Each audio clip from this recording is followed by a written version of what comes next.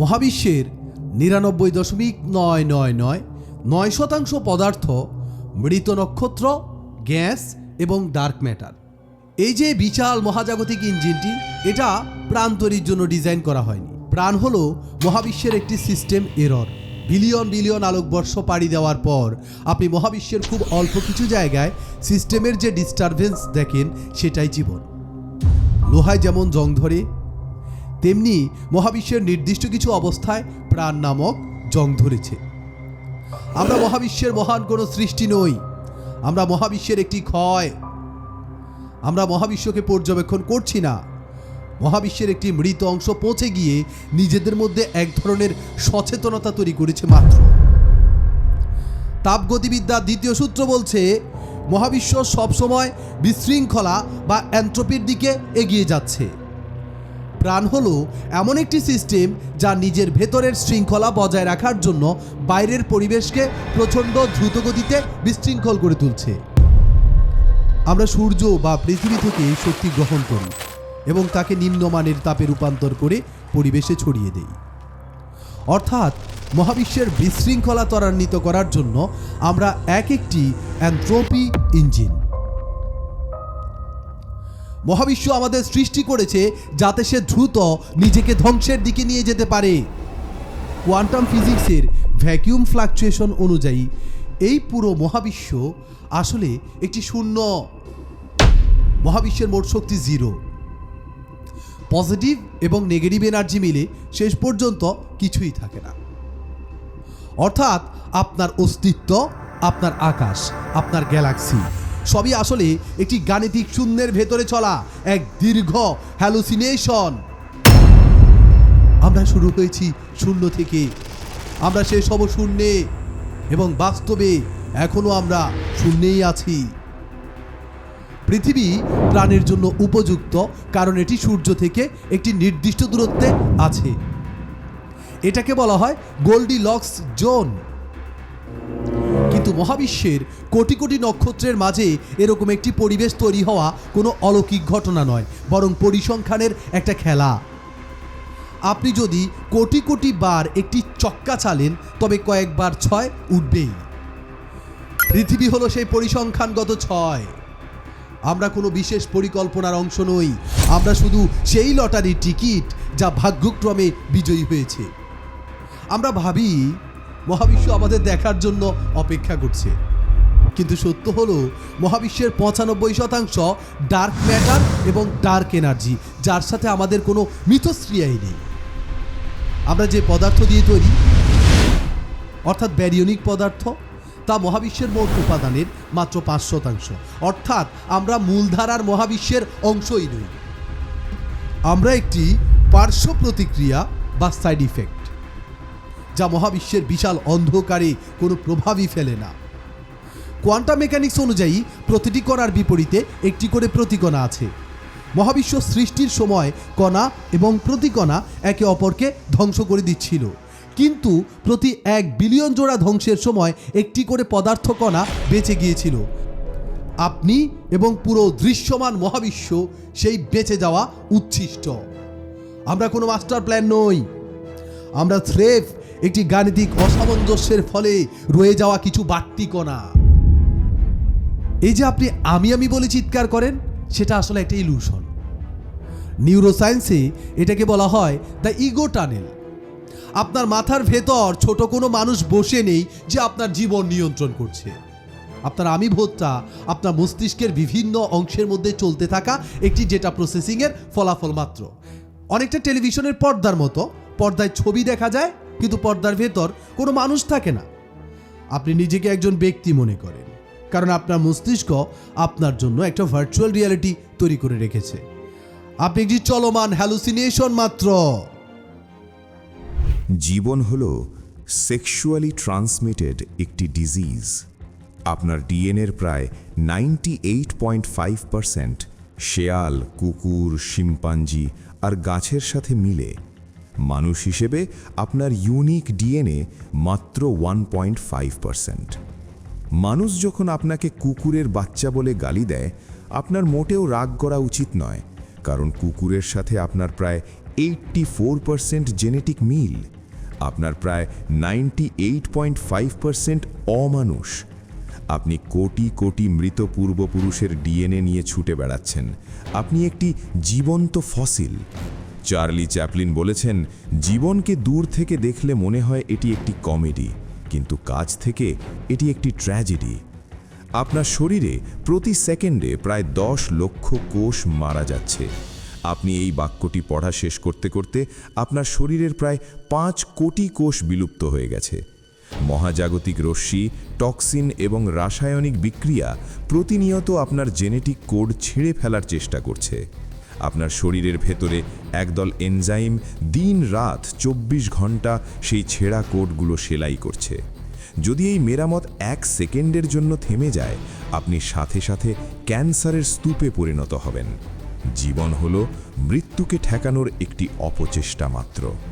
আপনার জীবন একটি থার্মোডাইনামিক্যাল ক্রাইম। প্রকৃতি চায় হিট ডেথ বা শান্তি। আপনার জীবন সেই শান্তির পথে একমাত্র প্রতিবন্ধকতা।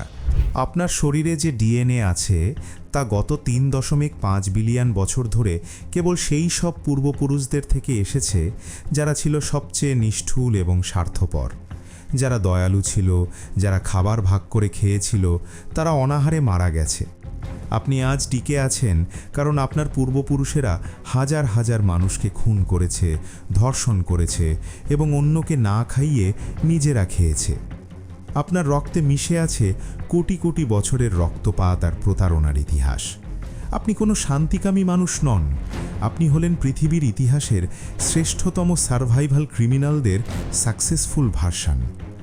মানুষ ছাড়া অন্য কোনো প্রাণী জানে না যে মহাবিশ্ব বিলিয়ন বিলিয়ন আলোকবর্ষ বড় এবং তারা সেখানে নগণ্য।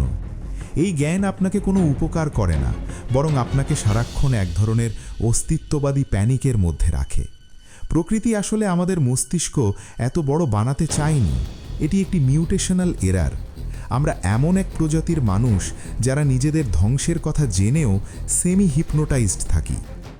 মানুষ ভাবে সে পৃথিবীর শ্রেষ্ঠতম জীব, কিন্তু বাস্তবে সে একটি উচ্চবিত্ত শিম্পাঞ্জি ছাড়া আর কিছুই নয়।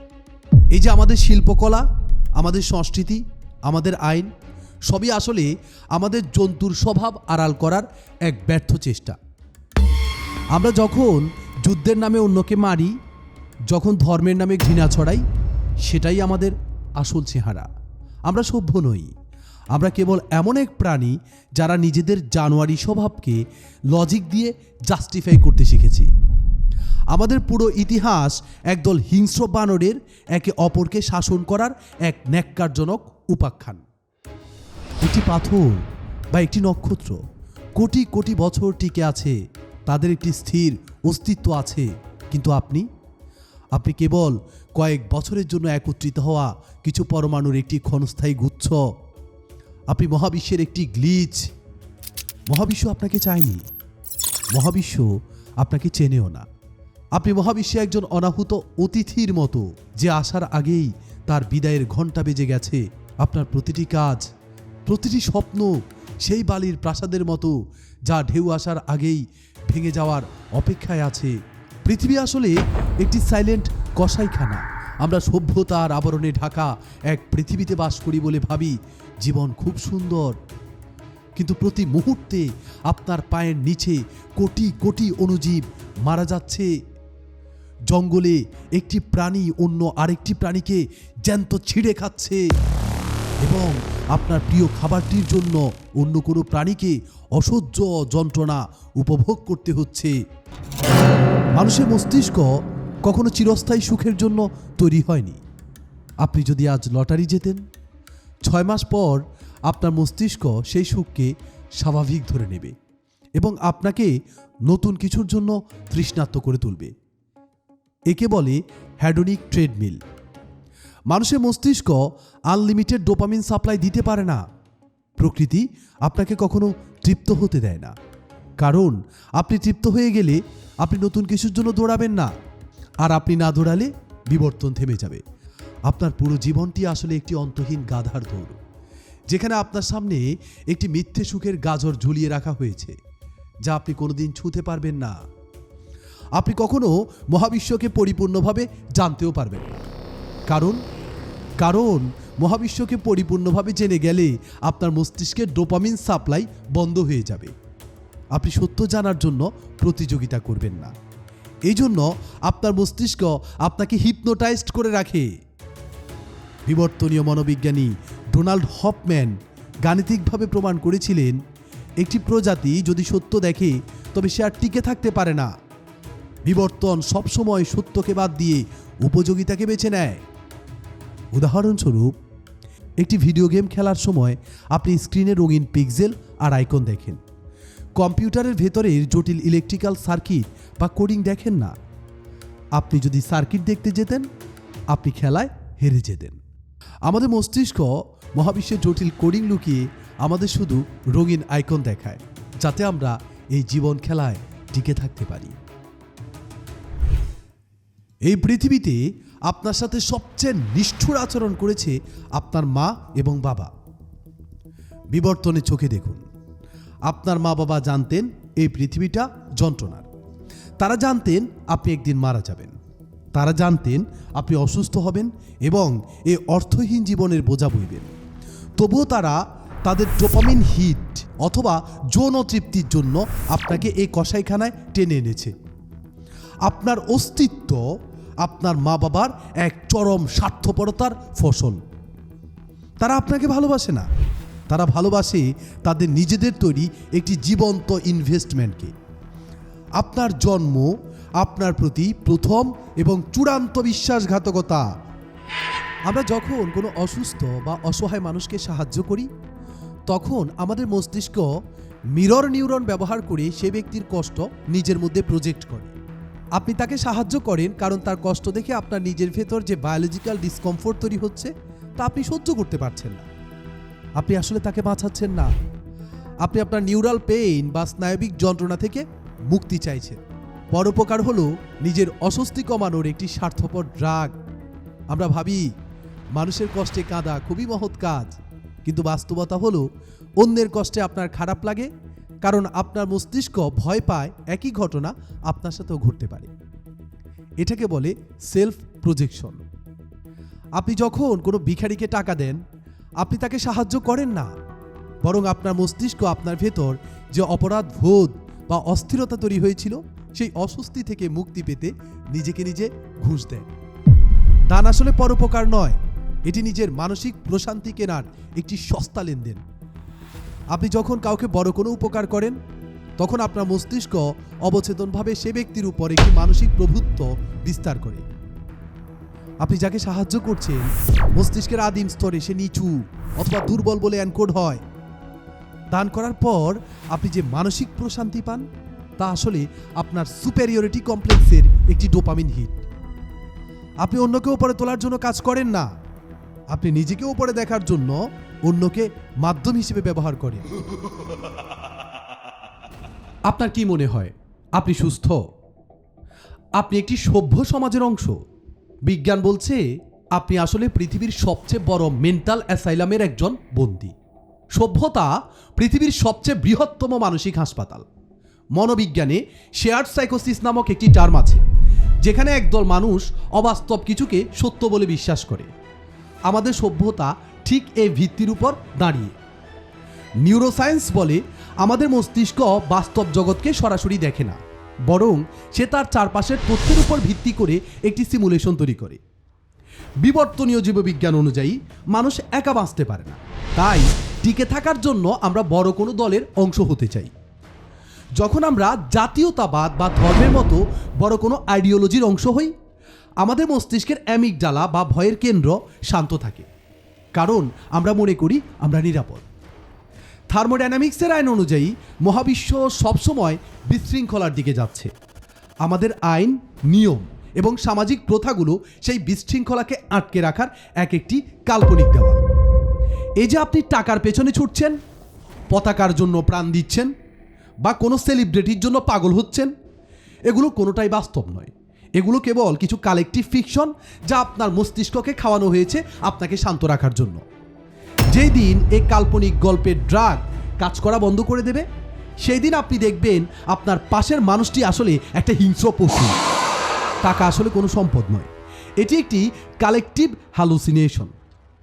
সবাই বিশ্বাস করে বলে এই কাগজের টুকরার এত দাম। যেদিন মানুষ এই কাল্পনিক গল্পে বিশ্বাস হারাবে, সেদিনই পুরো বিশ্ব 1 সেকেন্ডে ধসে পড়বে। আপনার সারা জীবনের পরিশ্রম আসলে একটি কাল্পনিক সংখ্যার দাসত্ব। আমরা কেউ স্বাভাবিক নই, আমরা কেবল সিস্টেমের দেওয়া শান্তিতে ঘুমিয়ে থাকা একজন বদ্ধ উন্মাদ। পৃথিবীর ইতিহাস কেবল বিজয়ীদের লেখা একটি সার্থক মিথ্যা। আপনি স্কুলে বা বইয়ে যা পড়েছেন তার অধিকাংশ সত্য নয়। ইতিহাস কেবল তাদের দৃষ্টিকোণ থেকে লেখা যারা টিকে ছিল। কোটি কোটি মানুষের হাহাকার আর চাপা সত্য চিরকাল মাটির নিচে হারিয়ে গেছে, কারণ তারা হেরে গিয়েছিল। আপনি আসলে একটি ম্যানিপুলেটেড বাস্তবতায় বাস করছেন। আপনি কি কিনবেন, কাকে ভোট দেবেন, এমনকি কার ভিডিও দেখবেন, তা এখন আপনি ঠিক করেন না। সিলিকন ভ্যালির তৈরি অ্যালগোরিদম আপনাকে আপনার নিজের চেয়েও ভালো চেনে। আপনি মনে করেন আপনি স্বাধীন, কিন্তু আপনি আসলে কোটি কোটি লাইনের কোডিংয়ের হাতে লেখা একটি খেলনা মাত্র। ধর্ষণ এবং সহিংসতা বিবর্তনের একটি ডার্ক ড্রাইভ। সমাজ যাকে ঘৃণা করে, বিবর্তন তাকে কেবল একটি কৌশল হিসেবে দেখেছে মিলিয়ন বছর ধরে।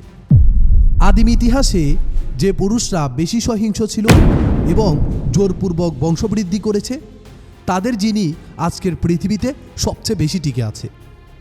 অর্থাৎ আপনার আমার ধমনীতে এমন সব পূর্বপুরুষের রক্ত বইছে যারা ধর্ষক বা খুনি ছিল। আমাদের ভেতরে যে ডার্ক ইম্পালস বা অন্ধতাড়না কাজ করে তা কোনো শয়তানের কাজ নয়, সেটা আমাদের টিকে থাকার সেই আদিম বিভৎসতার উত্তরাধিকার। আমরা কেবল সভ্যতার মেকআপ মেখে সেই জানোয়ারটাকে লুকিয়ে রেখেছি। আপনার ব্যথা বা যন্ত্রণার কোনো মহিমা নেই। মানুষ নিজের দুঃখকে মহিমান্বিত করতে ভালোবাসে। সেভাবে তার কষ্টের একটি বড় উদ্দেশ্য আছে। কিন্তু আপনার ক্যান্সার, আপনার প্রিয়জনের মৃত্যু বা আপনার শারীরিক যন্ত্রণা, এগুলো মহাবিশ্বের কাছে কেবল একটি বায়োলজিক্যাল মেলফাংশন বা যান্ত্রিক ত্রুটি। একটি পুরনো ব্যাটারি যেমন নষ্ট হয়ে লিক করে, আপনার কোষগুলো তেমনি মাঝে মাঝে ভুল করে এবং আপনাকে অসহ্য যন্ত্রণা দেয়। আপনার কান্নার শব্দে এই মৃত মহাবিশ্বের কোনো তারা বা নক্ষত্র 1 মিলিমিটারও সরে যায় না। আপনার চিৎকার কেবল বাতাসের একটি কম্পন, যার কোনো গন্তব্য নেই। সামাজিক যোগাযোগ মাধ্যম হলো আধুনিক যুগের গ্ল্যাডিয়েটর অ্যারেনা। প্রস্তর যুগে মানুষ মানুষের রক্ত ঝরতে দেখে আনন্দ পেত। এখন মানুষ মানুষকে অনলাইনে অপদস্থ হতে দেখে অথবা সাইবার বুলিং দেখে আনন্দ পায়। আমরা সভ্য হয়েছি বলে মনে করলেও আমাদের হিংস্র আদিম প্রবৃত্তিগুলো কেবল ডিজিটাল স্ক্রিনে শিফট করেছে। শান্তি? আরে ভাই, আপনি কি সত্যিই শান্তিতে আছেন? মনুষ্য প্রজাতি হিসেবে আমরা যে পর্যায়ে এসেছি তা শান্তির মাধ্যমে নয়, বরং সার্ভাইভাল অফ দ্য ফিটেস্ট বা শ্রেষ্ঠত্বের লড়াইয়ের মাধ্যমে। ইতিহাসের পাতা উল্টে দেখুন, সেখানে রক্তের দাগ ছাড়া আর কিছুই নেই। আমাদের সভ্যতা গত 3000 বছরের মধ্যে মাত্র 250 বছর সম্পূর্ণ শান্তিতে ছিল। আমরা শান্তির কথা বলি কারণ এখন আমরা ক্লান্ত। আমরা শান্তির কথা বলি কারণ আমাদের হাতে এখন আরও ধ্বংসাত্মক অস্ত্র আছে। আমাদের শান্ত রেখেছে পারমাণবিক বোমা, কারণ একটি দেশ যদি পারমাণবিক বোমা নিক্ষেপ করে, একের পর এক সমগ্র বিশ্বে পারমাণবিক বোমা ফাটতে থাকবে। শান্তি কোনো আদর্শ নয়, শান্তি হলো সেই সময়টুকু যা আমরা নতুন অস্ত্র বানাতে এবং পরবর্তী শত্রুকে টার্গেট করতে ব্যয় করি। সংঘাত আমাদের রক্তে, আমাদের কোষে। আমরা জন্মগতভাবেই ধ্বংসকারী। আজ আপনি যে চেয়ারে বসে শান্তির স্বপ্ন দেখছেন, কয়েকশো বছর আগে সেখানে হয়তো কারো রক্ত ঝরেছিল এবং কয়েকশো বছর পর হয়তো আবারও ঝরবে। আজ বিশ্বের শ্রেষ্ঠতম দেশগুলোর মধ্যে সরাসরি কোনো যুদ্ধ হচ্ছে না, তার মানে এই নয় যে তারা অনেক সভ্য, বরং তাদের সবার কাছে নিউক্লিয়ার বোমা আছে। শান্তি এখানে নৈতিকতা নয়, শান্তি এখানে ভয়ের আরেক নাম। আমরা শান্তির জন্য বাজেট করি না, আমরা যুদ্ধের সক্ষমতা বাড়ানোর মাধ্যমে যুদ্ধকে পিছিয়ে দেওয়ার চেষ্টা করি মাত্র।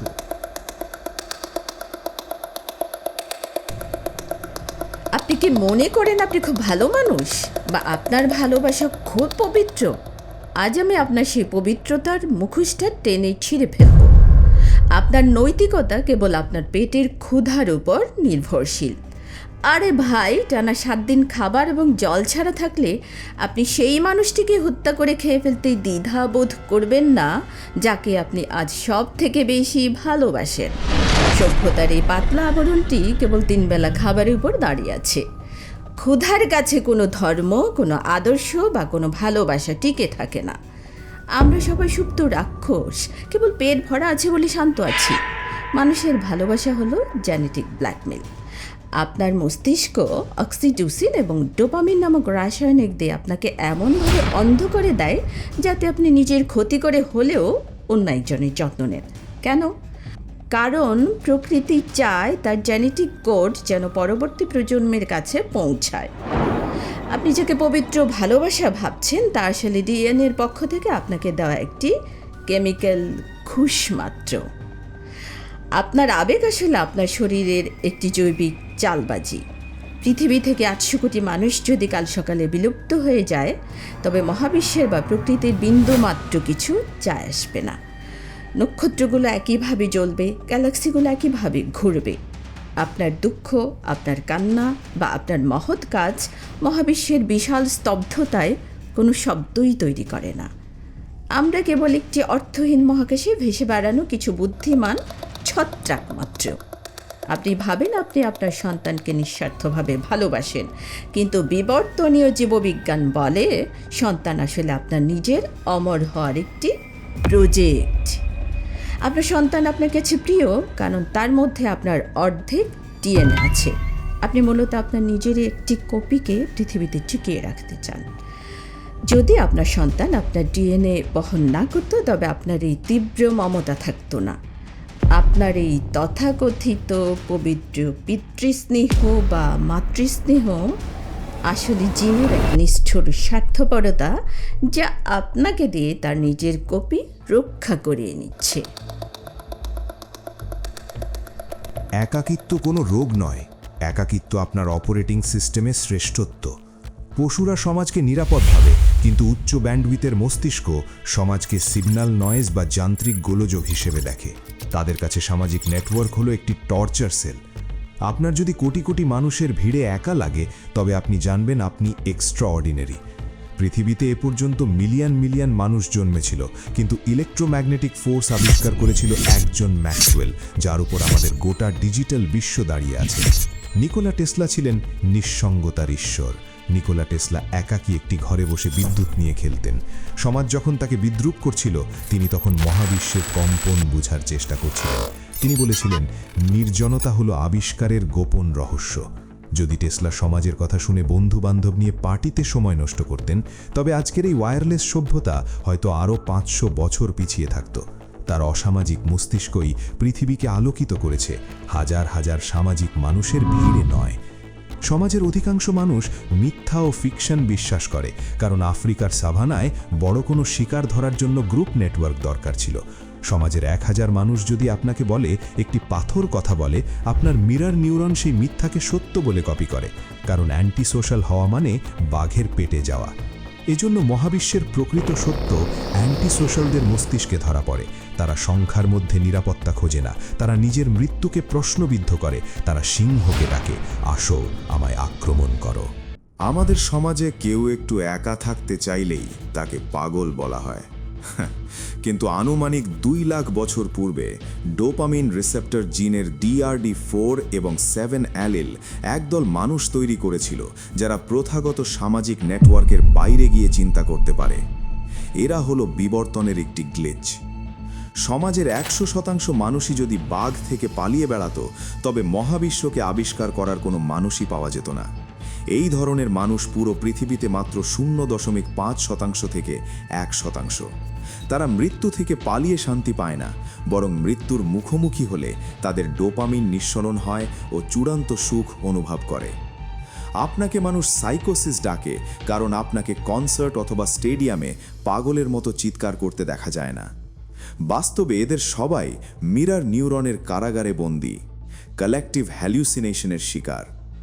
আপনি বুদ্ধিমান হলে আপনি অবশ্যই একা হবেন, কারণ বিবর্তন আপনাকে দেশ অথবা সমাজের জন্য নয়, মহাবিশ্বের ভবিষ্যৎ চ্যালেঞ্জ মোকাবেলা করার জন্য ডিজাইন করেছে। আপনি সকল দেশের ও সকল সমাজের। আপনার সমাজ হলো পুরো কসমিক সিভিলাইজেশন। আপনার মস্তিষ্ক ডিজাইন করা হয়েছে কয়েক আলোকবর্ষ দূরের নক্ষত্রের মৃত্যু বা কোয়ান্টাম কণার আচরণ বোঝার জন্য, মানুষকে নিয়ে উদ্ভট গল্পগুজব অথবা ট্রোল করে সময় নষ্ট করার জন্য নয়। তারা আপনাকে সাইকো বলতে দিন। মনে রাখবেন, গ্যালিলিও যখন বলেছিলেন পৃথিবী ঘোরে, সমাজ তাকেও পাগল বলেছিল। আপনার একাকিত্ব কোনো ব্যর্থতা নয়, এটি আপনার ইন্টেলেকচুয়াল সুপ্রিমেসি। ইতিহাসের দিকে তাকান। সক্রেটিসকে বিষ খেতে হয়েছিল, গ্যালিলিওকে গৃহবন্দী হতে হয়েছিল, আর ব্রুনোকে পুড়িয়ে মারা হয়েছিল। কেন? কারণ তারা তাদের সময়ের তুলনায় অনেক বেশি আল্ট্রা সোশ্যাল ছিলেন। তারা পুরো মহাবিশ্বের সত্য বলতে চেয়েছিলেন, যা তাদের সমসাময়িক ক্ষুদ্র সমাজের কালেকটিভ ইগোতে আঘাত করেছিল।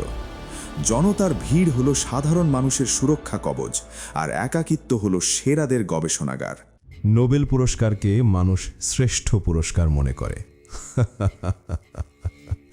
বাস্তবে নোবেল প্রাইজ হলো একটি ড্রাগ। যখনই কোনো বিজ্ঞানী ও দার্শনিককে এই ড্রাগ দেয়া হয়, তখন তার মস্তিষ্কে অতিরিক্ত ডোপামিন ও সেরোটোনিন নিঃসরণ হয়। একবার হাই রিওয়ার্ড পাওয়ার পর তাদের ব্রেইন আরও উচ্চতর রিওয়ার্ড অনুসন্ধান করে, যা তারা আর কোথাও পায় না। তাই নোবেল পাওয়ার পর তাদের ক্রিয়েটিভিটি ডাউন হয়। এই কেমিক্যাল ট্র্যাপে আটকে যাওয়ার পর মানুষের মধ্যে অতিরিক্ত আত্মবিশ্বাস ও সুডো সায়েন্সের প্রতি আকর্ষণ দেখা যায়। একে বলা হয় নোবেল ডিজিজ। লিনাস পাউলিংয়ের মতো 2 বার নোবেলজয়ী বিজ্ঞানী দাবি করেছিলেন যে ভিটামিন সি দিয়ে ক্যান্সার সারে। হাস্যকর। এইচআইভি আবিষ্কারক লুক মন্টানিয়ের শেষ বয়সে এসে হোমিওপ্যাথি আর ডিএনএ টেলিপ্যাথির মতো অবৈজ্ঞানিক তত্ত্বপ্রচার শুরু করেন। নোবেল প্রাইজ মানুষকে এমন এক অহংকারের শিখরে তুলে দেয়, যেখানে তারা নিজেদের সব ভুলের ঊর্ধ্বে ভাবতে শুরু করে। বিজ্ঞানের আবিষ্কার একক কেউ করেন না, কিন্তু নোবেল নিয়ম অনুযায়ী এটি 3 জনের বেশি মানুষকে দেওয়া যায় না। এর ফলে গবেষণার পেছনে থাকা হাজার হাজার জুনিয়র বিজ্ঞানী বা গবেষকদের নাম ইতিহাসের আস্তাকুড়ে হারিয়ে যায়। একে বলা হয় ম্যাথিউ ইফেক্ট, যেখানে যারা ইতিমধ্যেই পরিচিত তারাই সব কৃতিত্ব কেড়ে নেয়। আপনি যে বিজ্ঞানীকে পূজা করছেন, তিনি হয়তো তার ল্যাবের 10 জন পিএইচডি স্টুডেন্টের হাড় ভাঙা খাটুনির ফল নিজের নামে চালিয়ে দিয়ে মেডেলটা বাগিয়ে নিয়েছেন। নোবেল প্রাইজের শুরুই হয়েছিল অপরাধবোধ থেকে। অ্যালফ্রেড নোবেল ডাইনামাইট আবিষ্কার করে যুদ্ধের ভয়াবহতা বাড়িয়ে দিয়েছিলেন। একদিন একটি ফরাসি সংবাদপত্র ভুল করে তার মৃত্যুর খবর ছাপে, যার শিরোনাম ছিল the merchant of death is dead. নিজের এই কুখ্যাতি মুছতে এবং ইতিহাসের পাতায় নিজেকে ভালো মানুষ হিসেবে অমর করতে তিনি তার অঢেল সম্পদ দিয়ে এই পুরস্কারের প্রবর্তন করেন। অর্থাৎ আজ আপনি যাকে মেধার সর্বোচ্চ সম্মান বলছেন, তা আসলে একজন অস্ত্র ব্যবসায়ীর পিআর স্টান্ট বা ইমেজ পরিষ্কার করার একটি প্রজেক্ট মাত্র। আপনি ভাবেন আপনি একজন বিবেকবান, কিন্তু আপনার বিবেক হলো একটি বিবর্তনীয় কৌশল। আপনি ভাবেন আপনি একজন ভালো মানুষ, কারণ আপনার ভেতর বিবেক আছে। কিন্তু সত্য হলো, বিবেক আপনার পূর্বপুরুষদের শেখা একটি ভয়ের পলিসি। আদিম গুহায় যে চুরি করত বা দলকে ধোঁকা দিত, তাকে দল থেকে বের করে দেওয়া হতো। দল থেকে বের হওয়া মানেই ছিল পেটে যাওয়া। এই মৃত্যু ভয় থেকে বাঁচতে আমাদের জিনে বিবেক নামক এক অভ্যন্তরীণ পুলিশ তৈরি হয়েছে। আপনি ভালো কাজ করেন কারণ আপনার আদিম মস্তিষ্ক ভয় পায় যে ধরা পড়লে আপনি একা হয়ে যাবেন এবং মারা যাবেন। আপনার সততা আসলে আপনার টিকে থাকার এক অবচেতন দালালি। আপনি যাকে গভীর বন্ধুত্ব বা নিঃস্বার্থ ভালোবাসা বলেন, তা আসলে দুটি মানুষের অসহায়ত্বের মিউচুয়াল এগ্রিমেন্ট। আমরা একে অপরের সাথে থাকি কারণ আমরা একা থাকতে ভয় পাই। আমরা যাকে ভালোবাসি বলি, তাকে আমরা আসলে আমাদের একাকিত্ব দূর করার সরঞ্জাম হিসেবে ব্যবহার করি। মানুষ অন্য মানুষকে ভালোবাসে না, মানুষ ভালোবাসে তাকে নিয়ে নিজের করা অনুভূতিগুলোকে। আপনি যখন প্রিয়জনকে হারান, আপনি তার জন্য কাঁদেন না, আপনি কাঁদেন আপনার জীবনের সেই আরামদায়ক রুটিনটি নষ্ট হয়ে যাবার ভয়ে। আমরা আমাদের সাফল্য নিয়ে গর্ব করি, কিন্তু সত্য হলো আপনার বুদ্ধি, আপনার কাজ করার ক্ষমতা এবং আপনার ইচ্ছা শক্তি সবই আপনার মস্তিষ্কের প্রিফ্রন্টাল কর্টেক্সের গঠন এবং নিউরোট্রান্সমিটারের ভারসাম্যের ওপর নির্ভর করে। আপনার কোনো হাত নেই যে আপনি বুদ্ধিমান হয়ে জন্মেছেন নাকি নির্বোধ হয়ে। একজন সফল মানুষ এবং একজন ব্যর্থ মানুষের মধ্যে পার্থক্য কেবল তাদের নিউরাল সার্কিটের গঠন। আমরা এক অদৃশ্য লটারির টিকিটে ভাগ্য নিয়ে আসি, অথচ অহংকার করি যেন সব আমাদের অর্জন। ভালোবাসা কোনো স্বর্গীয় অনুভূতি নয়, এটি প্রকৃতির একটি কেমিক্যাল ট্র্যাপ। প্রকৃতি এই কেমিক্যাল ট্র্যাপ তৈরি করেছে বংশগতি রক্ষার জন্য।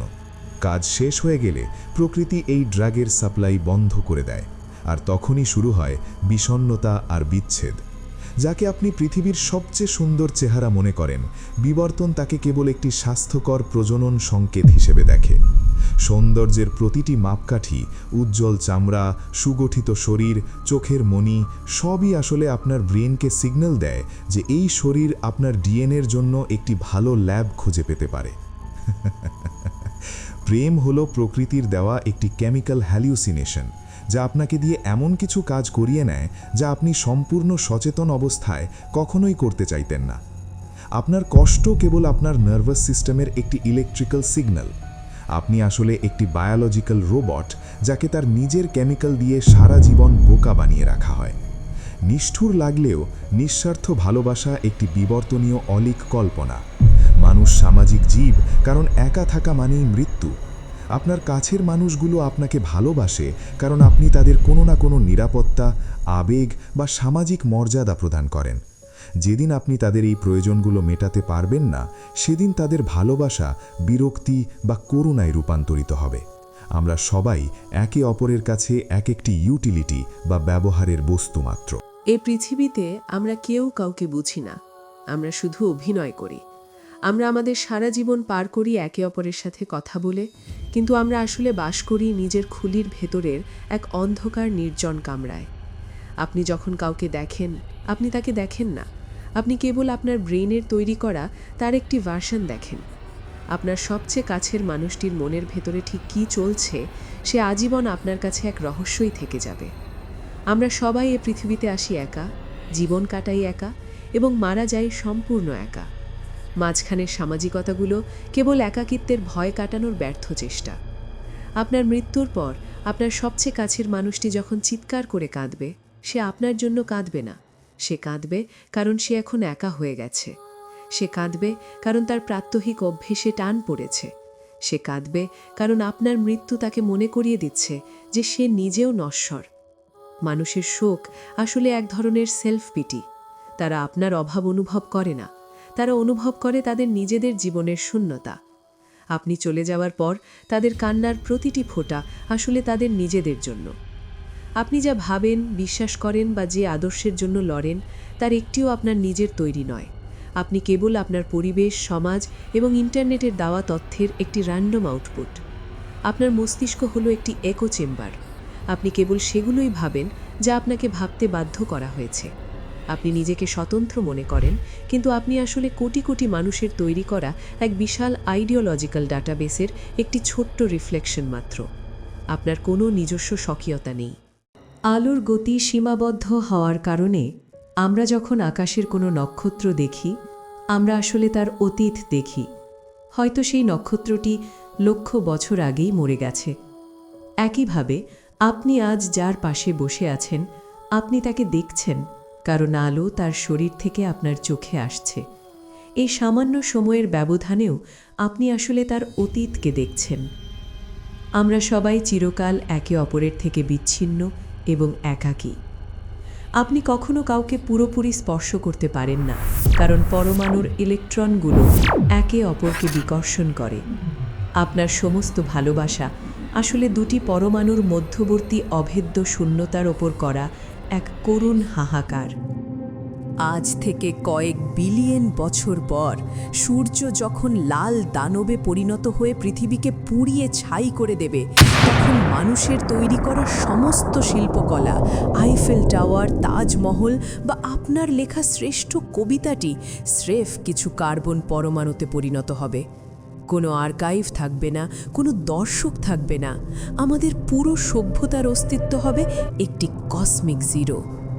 আমাদের জীবন হলো শূন্য এবং শূন্যের মাঝখানে থাকা একটি ক্ষণস্থায়ী এবং অর্থহীন স্পার্ক।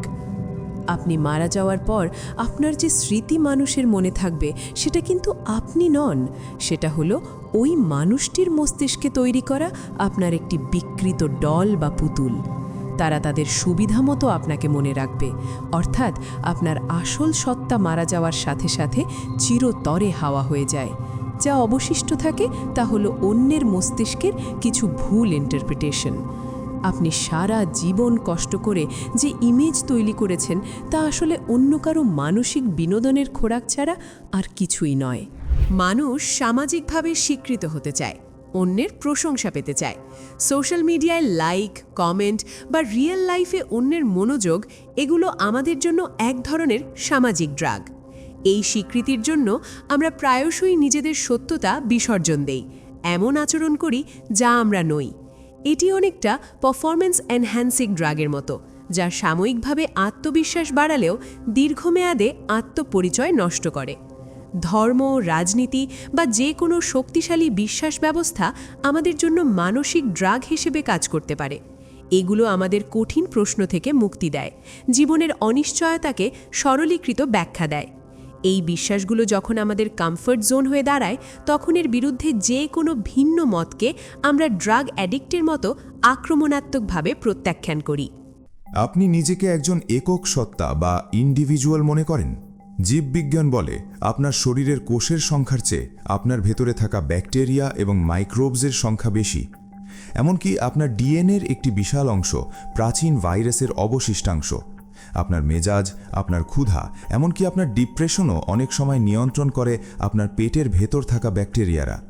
আপনি কোনো একক ব্যক্তি নন, আপনি কোটি কোটি ক্ষুদ্র জীবের একটি জৈব সরাইখানা মাত্র, যারা আপনাকে শুধু একটি বাহন হিসেবে ব্যবহার করছে। আপনার পেটের ভেতর থাকা মাইক্রোবায়োম বা ব্যাকটেরিয়া আপনার মস্তিষ্কের নিউরোট্রান্সমিটার নিয়ন্ত্রণ করে।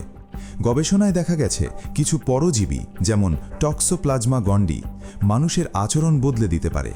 হতে পারে আপনি আজ যা ভাবছেন বা যার প্রতি আকৃষ্ট হচ্ছেন সেটি আপনার নিজের সিদ্ধান্ত নয়, বরং আপনার ভেতরের কোনো ব্যাকটেরিয়ার চাহিদা। আপনি যাকে আমি বলছেন সে আসলে কোটি কোটি অণুজীবের একটি কলোনি। আপনার স্বাধীন সত্তা বা সোল বলে কিছুই নেই। আপনি একটি জৈবিক রোবট যা একটি অদৃশ্য অ্যালগোরিদমে চলছে। আমরা সবাই এক একটি মহাজাগতিক ডাস্টবিনে পড়ে থাকা সচেতন আবর্জনা। আপনার স্মৃতি আসলে একটি কনফিউশন বা জালিয়াতি। আপনি ভাবেন আপনার অতীত আপনার পরিচয়, কিন্তু নিউরোসায়েন্স বলছে আপনি প্রতিবার যখন কোনো স্মৃতি মনে করেন, আপনি সেটাকে নতুন করে এডিট করেন। আপনি আপনার ছোটবেলার যে দৃশ্যটি খুব স্পষ্টভাবে মনে রেখেছেন, সেটি আসলে আপনার বর্তমান বয়সের মস্তিষ্ক দিয়ে নতুন করে বানানো একটি মিথ্যে গল্প। আমরা আমাদের জীবনটাকে যাপন করি না, আমরা কেবল আমাদের মস্তিষ্ককে দিয়ে সারাক্ষণ নিজের একটি মিথ্যে বায়োগ্রাফি লেখাই। আপনি যাকে আমি ভাবছেন সে আসলে 1000টা এডিটেড মিথ্যের সমষ্টি। আপনার দুঃখ বা ডিপ্রেশন মহাবিশ্বের কাছে কেবল আবর্জনা। আপনি যখন একা ঘরে বসে কাঁদেন বা জীবনের অর্থ খুঁজে না পেয়ে যন্ত্রণায় ছটফট করেন, আপনি অবচেতনভাবে চান কেউ সেটা দেখুক বা জানুক। কিন্তু সত্য হলো আপনার সেই যন্ত্রণার কোনো কসমিক ভ্যালু নেই। একটি মরা পশুর পচে যাওয়া যেমন কেবল কিছু রাসায়নিক বিক্রিয়া, আপনার ডিপ্রেশনও কেবল আপনার মস্তিষ্কের নিউরোট্রান্সমিটারের ভারসাম্যহীনতা।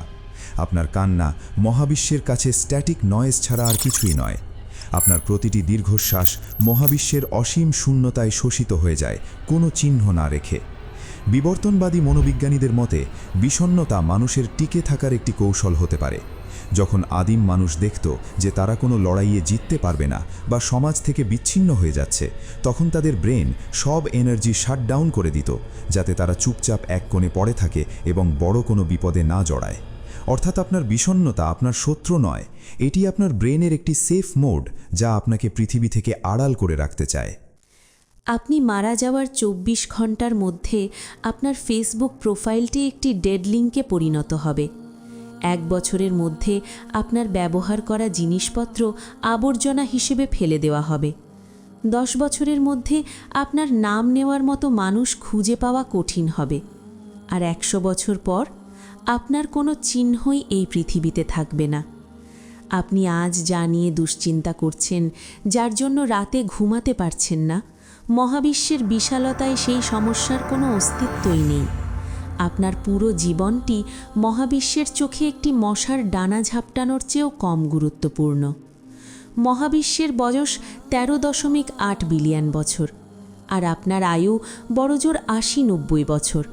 মহাবিশ্বের টাইমলাইনের তুলনায় আপনার পুরো জীবনটা একটি সেকেন্ডের কোটি ভাগের 1 ভাগও নয়। আপনি পৃথিবীতে আসাতে এই বিশাল কসমসের কোনো লাভ হয়নি, আর আপনি চলে গেলেও কোনো ক্ষতি হবে না। সূর্য একইভাবে জ্বলবে, ব্ল্যাক হোল একইভাবে তারা গিলে খাবে। মহাবিশ্ব আপনার প্রতি দয়ালুও নয়, নিষ্ঠুরও নয়, সে আপনার প্রতি সম্পূর্ণ উদাসীন। দার্শনিক পিটার ওয়েসেল জ্যাপফে বলেছিলেন, মানুষের চেতনা হল বিবর্তনের একটি ট্র্যাজিক ভুল। আমরা প্রয়োজনের চেয়ে বেশি বুদ্ধিমান হয়ে গেছি। এই বাড়তি বুদ্ধি দিয়ে আমরা বুঝতে পারি যে আমরা নশ্বর এবং মহাবিশ্ব অর্থহীন। এই সত্য সহ্য করার ক্ষমতা আমাদের নেই বলেই আমরা ধর্ম, দেশপ্রেম বা শিল্পের মতো ডিস্ট্র্যাকশন তৈরি করেছি। আমরা যদি পুরোপুরি সচেতন থাকতাম তবে আতঙ্কে আমাদের হার্ট অ্যাট্যাক হতো। তাই আমাদের ব্রেন আমাদের সারাক্ষণ সেমি হিপনোটাইজড বা আচ্ছন্ন করে রাখে, যাতে আমরা এই ভয়ঙ্কর বাস্তবতা ভুলে থেকে কাজ করে যেতে পারি। আপনি এই মুহূর্তে যে সত্যগুলো পড়ছেন এবং ভাবছেন আপনি খুব শক্তিশালী, এটাও আপনার এক ধরনের অহংকার। আপনি ভাবছেন আপনি সত্য জেনে গেছেন বলে আপনি অন্য সাধারণ মানুষের চেয়ে আলাদা, কিন্তু বাস্তবতা হলো আপনার এই সত্য জানার অনুভূতিটাও আপনার ব্রেনের একটি ট্রিক। আপনিও সেই একই চক্রে বন্দী, যেখানে আমি আপনাকে কিছু তথ্য দিচ্ছি এবং আপনার ইগো সেই তথ্যগুলোকে গিলে নিজেকে বড় মনে করছে। আমরা কেউই এই মিথ্যে থেকে বের হতে পারবো না, কারণ আমাদের হার্ডওয়্যারটাই তৈরি হয়েছে মিথ্যে খাওয়ার জন্য। আপনি যে যন্ত্রণায় নীল হয়ে যাচ্ছেন বা যে প্রেমে পাগল হচ্ছেন, মহাবিশ্বের কাছে তার গুরুত্ব একটি পাথরের ওপর বৃষ্টির শব্দ পড়ার চেয়েও কম। আপনার সমস্ত কান্না, হাহাকার এবং উচ্চাকাঙ্ক্ষা মহাকাশের নিস্তব্ধতাকে এক চুলও নাড়াতে পারে না। আপনি মহাবিশ্বের অংশ হতে পারেন, কিন্তু মহাবিশ্ব আপনার অংশ নয়। আপনি চলে গেলে এই বিশাল যান্ত্রিক ইঞ্জিনটি এক মুহূর্তের জন্যও থমকে দাঁড়াবে না।